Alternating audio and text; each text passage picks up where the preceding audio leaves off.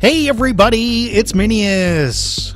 In April of last year, somebody leaked a BioWare survey containing tons of information about the next Mass Effect. 15 months later, it's still by far the best source of information we have about Mass Effect Andromeda. I quote it all the time.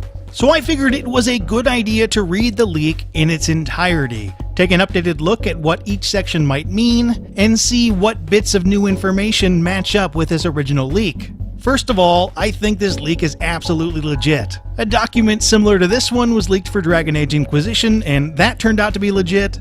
The largest nugget from the original leak about the game taking place in Andromeda was confirmed just 2 months later. It's a phenomenal preview, and hopefully I can bring the information to you in an interesting form. Basically, the person who leaked this document, who has since disappeared, was asked their satisfaction given each of the descriptions. It starts off with a section entitled, "The Next Mass Effect Context," which says, "The next Mass Effect game takes place in the Helios Cluster, a cluster of hundreds of solar systems in the Andromeda Galaxy, far removed by time and space from Commander Shepard's heroic acts and the final events of the Mass Effect trilogy." Already, this first sentence is packed. Obviously, we know now that the game is going to take place in the Andromeda Galaxy, but it's probably just as interesting that the game is set to take place in a single cluster of stars. In the Milky Way, clusters of stars were connected by mass relays, and you could only travel to a couple of systems in each cluster. This is different. It appears then that this new game doesn't have mass relays, or you'd be able to jump all over the Andromeda Galaxy. And if there are no mass relays, then there probably aren't Reapers. How do you like that, you sons of bitches? A recent piece of information that was spotted related to the fictional Helios cluster was relayed to me by Oleg, though I think Bensei spotted it first, is that the ship we get in the most recent trailer appears to be named Hyperion 1. In Greek mythology, Helios, which is also spelled with an O instead of a U as Helios, is a sun god, and he's the child of the Titan Hyperion. There are other interpretations of what the ship name Hyperion refers to related to Helios, but this is the one that I think is most likely, or at the very least the one I like best. Finally, this game takes place far removed by time and space from the original trilogy. Obviously, Andromeda is 2.5 million light years away, which is a lot. And developers have recently stated that the game takes place hundreds of years after Mass Effect 3. I think that time gap is related to how long it takes to get from the Milky Way to Andromeda. In the most recent trailer, the character, confirmed as the protagonist, wakes up, implying that she had been in some kind of stasis, which supports the idea of a very long trip. Anyway, back to the text. You are a Pathfinder, a combat-trained but untested explorer leading an expedition into the Helios cluster to establish a new home for humanity. As you explore this sprawling series of solar systems, over 4 times the size of Mass Effect 3, collecting resources and building colonies, you will encounter the savagery of untamed lands in the form of cutthroat outlaws and warring alien races. It's difficult to tell exactly what 4 times the size of Mass Effect means. It's here in the leak, but developers have also said something similar. Now that could mean there are 4 times the numbers of solar systems to go to, or it could mean that the explorable area is totaled 4 times larger. Continuing. To survive and colonize the wild reaches of space, you will need to grow your arsenal, your ship, your crew, and make strategic and often uneasy alliances to fight against increasingly menacing foes.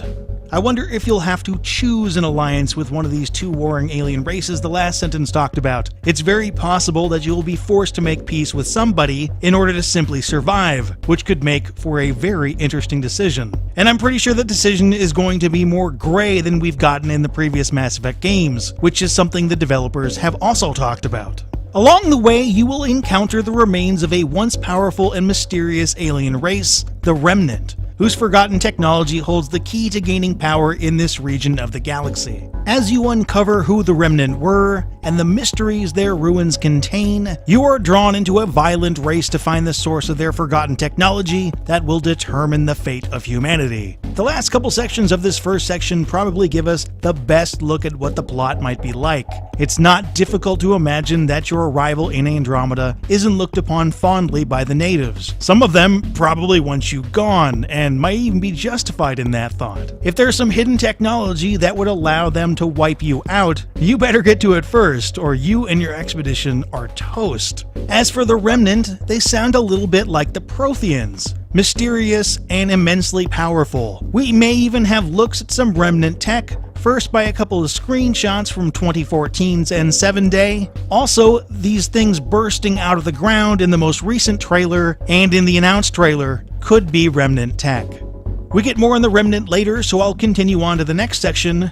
Collect resources to fuel your growth, which says, scour solar systems and planets within the Helios cluster to find valuable resources and blueprints of long-forgotten alien technology that will allow you to craft better equipment and weapons, such as improving your leg armor to allow you to jetpack jump, or upgrading your cryo beam laser cannon to target enemies or do area damage around you to clear out close threats. We've seen the jump pack in the announced trailer and in the gameplay leak. This cryo beam laser cannon, though, is something that we haven't seen or heard of since this original leak, and it might mean that heavy weapons will be making a return to Mass Effect, although the cryo beam could be just a regular gun in your arsenal. As you build your arsenal and resource infrastructure, you will be able to explore deeper into the increasingly dangerous and resource-rich solar systems of the Helios cluster. The developers have said they're doubling down on exploration in this new game, which will only work if there are reasons to explore.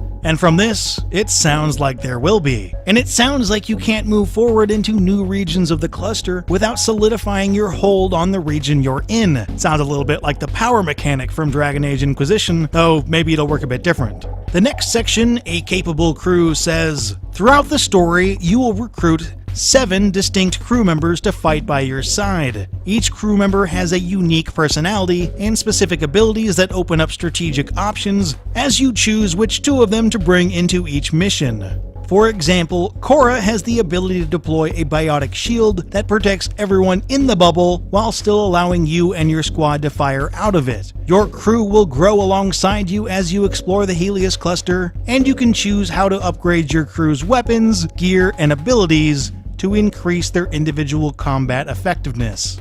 Create the perfect squad to react to any situation and support your preferred gameplay style. Now this sounds very much in line with the other Mass Effect games. 7 squad mates, you can take 2 of them with you on missions, and each character has a different personality. Cora's biotic shield ability sounds a bit like the ability of the Asari Justicar in Mass Effect 3's multiplayer, which I've talked about before, although that ability might be tweaked a bit.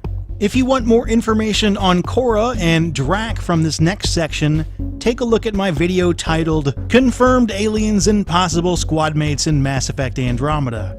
On to the next section, Your Crew, Your Story.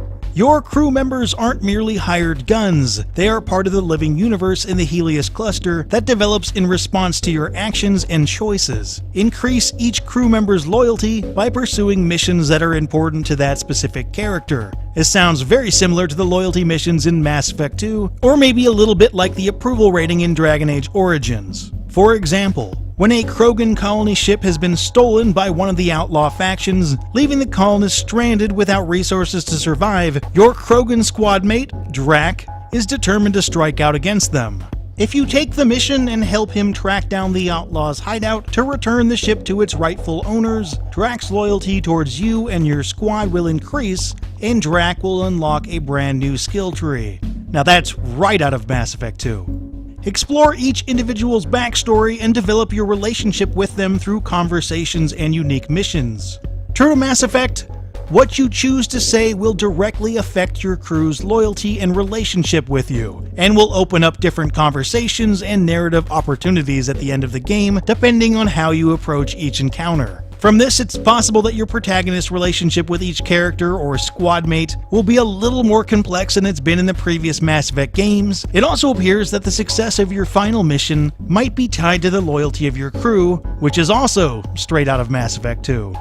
Deployed Strike Team missions. The Helios cluster is thousands of light years across, and you can't be everywhere at once. As you develop more colonies, resource bases, and settlements, you have to be able to keep them safe. These settlements sound real interesting, and we'll get a bit more on them later. Spend resources to recruit mercenaries and develop an AI-controlled strike team that you can deploy to take on randomly generated, time-sensitive missions. Strike team missions take many forms, including settlement defense and remnant artifact recovery, which will take real time to complete.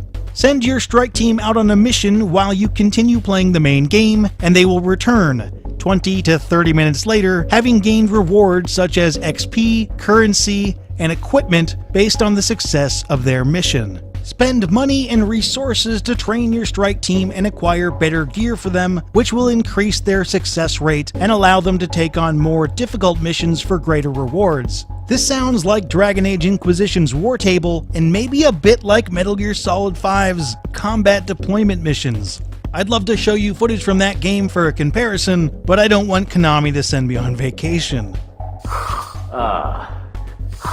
That's not the service we provide. There is one big difference, which is detailed in the next section, titled Active Strike Team Missions, which says, when you encounter a strike team mission in the single-player mode, you can leave your strike team at their base and decide to tackle the mission yourself with your multiplayer roster of characters. You also have the option of tackling the mission by yourself, or recruiting up to 3 friends to play with you. The more friends you bring, the greater the challenge and the greater the reward. These missions will play out using the next Mass Effect multiplayer's Horde mode, more details on this later. These missions will include a variety of thematically appropriate objectives, like defending a settlement against Ket attacks, or recovering a remnant artifact off of a planet before an outlaw gang gets there first. By taking an active role in strike team missions, you can earn special single-player rewards in addition to the usual multiplayer-specific characters, weapons, weapon mods, and pieces of equipment, which can be customized between missions. Additionally, players who join another person's strike team mission will receive bonus in-game currency and multiplayer XP for helping others with their missions. I talk a lot about this section and the next section in my video, Mass Effect Andromeda Multiplayer is Coming. There's a link to that in the description box. Multiplayer Horde Mode. The next Mass Effect's Horde multiplayer pits you and up to 3 of your friends against waves of enemy troops on various battlefields throughout the galaxy. Players fight together to survive increasingly difficult enemy attacks and accomplish objectives like disabling a bomb near a colony base or assassinating a target. Progress through multiplayer missions to gain XP and earn new multiplayer-specific weapons, characters, weapon mods, and pieces of equipment, which can be customized between matches. Multiplayer play will also earn you Apex funds, in-game currency, which can be used to purchase items and gear in the single-player game. Establish settlements, which is the section I find very intriguing. Search solar systems for rare habitable planets to establish a settlement that can serve as a base for humankind's new home in the Helios cluster. As you build permanent settlements, you will make strategic choices on where to focus your new base's resources. For example, recon settlements will clear fog of war from the space map and give the player more strike team missions to choose from, while mining settlements will periodically supplement the player's supply of crafting materials. The bit on crafting materials sounds interesting, but we really don't get a whole lot on crafting in this leak, so there's not much to speculate off of. But as far as the settlements are concerned, if I had to guess, I think these settlements will provide you with relatively small bonuses and probably not much more. But it does look like the addition of settlements will give you, at the very least, a feeling of control over your surroundings that you never got with Shepard, which is one of the reasons that I'm so excited for this edition of Mass Effect. Dialogue. Building upon the rich history of strategic dialogue that has defined the Mass Effect series, you can make meaningful choices in every conversation you have with characters that impact the way your game evolves. The next Mass Effect adds deeper control over your conversations through a greater ability to interrupt and change the course of the conversation as it is happening. During certain conversations, you will be able to take action-based choices, such as the option to pull out your gun and force someone to open a door instead of convincing them to do it through conversational guile. Action-based choices give you more options for how you approach dialogue with characters in the game and can lead to more extreme outcomes on the story as it evolves around the decisions you make when interacting with a huge cast of NPC characters. Now, it's tough to tell exactly how different this will be than the previous Mass Effect games. It does sound very similar to what we've seen before, but I guess we'll have to see something in action to tell for sure. Seamlessly travel through the next Mass Effect universe. As you pilot your spaceship, Tempest, across the hundreds of solar systems that are seamlessly connected in the next Mass Effect, you will encounter new planets filled with valuable resources, intelligent life, conflict, and alien technology that all give you opportunities to increase the power of your character, your ship, and your team so that you can build them into a force that perfectly suits your gameplay style. The ability to pilot your ship, the Tempest, which we've now seen with the latest trailer, is something that was brought up in an earlier leak, and I'm still not sure how this is going to work. This brings me back to the scene from the announced trailer where the trailer character looks at a star chart, points at the star he wants to go to, and then whatever FTL drive they're using kicks in. Piloting your ship might work similar to this. Perhaps you just aim in the direction you want to travel, with the stars or planets highlighted by some kind of user interface, and then activate faster than light travel. That might be making too much out of one small scene from a trailer, but the travel distances are so large that I'm having a difficult time imagining how else this would work. Whatever this new system is though, it does appear that the galaxy map will be replaced. I wish I had more information for you. Transitions between activities like flying your Tempest across a solar system to land on a mineral-rich planet, then jumping into your Mako to explore the surface of the planet, all happen smoothly without loading screens. We'll get more on the Mako in a bit, but the developers have mentioned the lack of loading screens many times as they've talked about this new game, and I'm curious to see that in action. Customize and share your experience. Discover new things in the Andromeda galaxy, like alien artifacts and natural wonders that serve as trophies and decorations that you can use to modify the look of your character, Tempest, and Mako. Awesome! Customize the way your squad and your character look with clothes and aesthetic modifications that you unlock throughout the game. Sounds familiar? Photos you take from the far reaches of the galaxy can be used to decorate your starship or sold to certain characters. Photos? Okay, why not? I do like customization options, and these options do sound pretty extensive. Next section though. Remnant Vault Raids. Find and activate Remnant monoliths to unlock Remnant Vaults. Explore abandoned Remnant ruins to find and locate a powerful artifact. But once you remove it, you will trigger the vault defenses that will arm traps, activate defense robots, and even change the architecture of the vault itself to stop you from escaping. Fight your way out of the vault and you will be rewarded with valuable loot, including powerful gear, crafting resources, and star keys that can be used to unlock massive orbital facilities in space that grant permanent stat bonuses. This is something I'd love to see in practice. It reminds me a little bit of caves or dungeons in Elder Scrolls games, or maybe instances in MMOs, but there's a little bit more. Optional Elite Remnant Vault raids are scattered throughout the Helios cluster, located in special orbital facilities that are unlocked by star keys. Similar to the standard Remnant Vaults, you enter them to retrieve a special artifact, which will trigger the vault's defenses that arm traps, activate defense robots, and change the architecture of the vault itself to stop you from escaping. However, Elite Vaults ratchet up the difficulty of the encounter with increasingly powerful defense robots and traps, as well as roaming outlaws and deadly Ket patrols that are also in search of the elite artifacts. Elite Remnant Vaults will test the limits of your combat and puzzle-solving acumen, but with greater difficulty comes greater rewards. Gain rare loot, narrative acclaim, and huge rewards for completing these daunting challenges. Puzzle solving! That's new for Mass Effect. Narrative acclaim for completing these is somewhat intriguing. I guess that could mean conversational options, or maybe vendors will sell you a wider variety of stock or just reduce their prices. These Elite Remnant Vaults sound like they're definitely worth doing. Ket Outposts.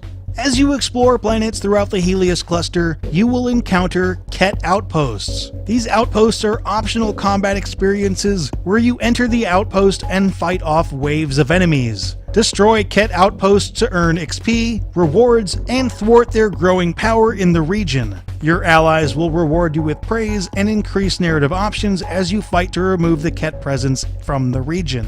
These Ket outposts sound pretty much like basic combat experiences, but the existence of the Ket faction is much more interesting. I've said in the past that I think these guys from the announced trailer are Ket, at least they appear to be fighting humans around alien technology that could be Remnant, and the Ket are supposed to be going after Remnant artifacts. Since you take on these Ket outposts to remove them from the region, I wonder how their presence in each region affects the game. Do they reduce the effectiveness of your settlements? Can you not move on to the next region before clearing them out? This could add an interesting twist to progressing in Mass Effect Andromeda, but like a lot of stuff in this leak, we'll have to see how it works in practice. And finally, drive and upgrade your Mako. Explore the surfaces of hundreds of planets in the Helios cluster in your versatile land vehicle, the Mako. Hundreds of planets sounds very high to me, but we'll continue. Whether you are looking for a place to set up a colony, searching for a Remnant vault, or attacking a Ket outpost, you will enjoy getting there in your Mako. Equip and upgrade your Mako in dozens of ways, like adding turbo boosters, upgrading your shield generator, or adding a hostile detector to your radar to create the ultimate planetary exploration vehicle. Finally, get your Mako looking the way you want with a custom paint job. The Mako was something official, I believe, before this leak even came out. It was definitely one of the first things the developers talked about. I've talked a bit about the Mako before, and it seems like they're taking on its issues from the original Mass Effect. Certainly, if all the stuff from this leak is in the game, there are going to be reasons to bust out your Mako and drive around. The developers have said it will handle better. Hopefully the planets will be designed for Mako travel. I know that was the #1 complaint from you guys about the original Mako. Driving slowly over hills just isn't that fun. But that's the entirety of the original big Reddit leak, all of which is wildly ambitious. I'm very curious to see if this can be pulled off. I wonder how much of this can even make it into the game. A game this massive certainly would require a lot of time to make, and I believe development on Mass Effect Andromeda started back in 2012. But in summary, I don't know how you can go over all of this stuff as a Mass Effect fan and not get really excited. Even if you're just an RPG or action RPG fan, this sounds amazing. In fact, this leak was the initial spark for this channel. It took me a while to get the channel running, but I'm glad I finally completely covered this leak in its entirety, and I'll continue to reference it until things are proven false or we get better information. Keep in mind, very little of this is officially confirmed. BioWare has been very tight-lipped about this game in general, and it's possible that this big leak had something to do with that. There is a ton here to go through though. So if you like this video, please give it a like. It really helps out the channel. Keep an eye on MiniSGC for more Mass Effect videos. But for now... Humans talk too much.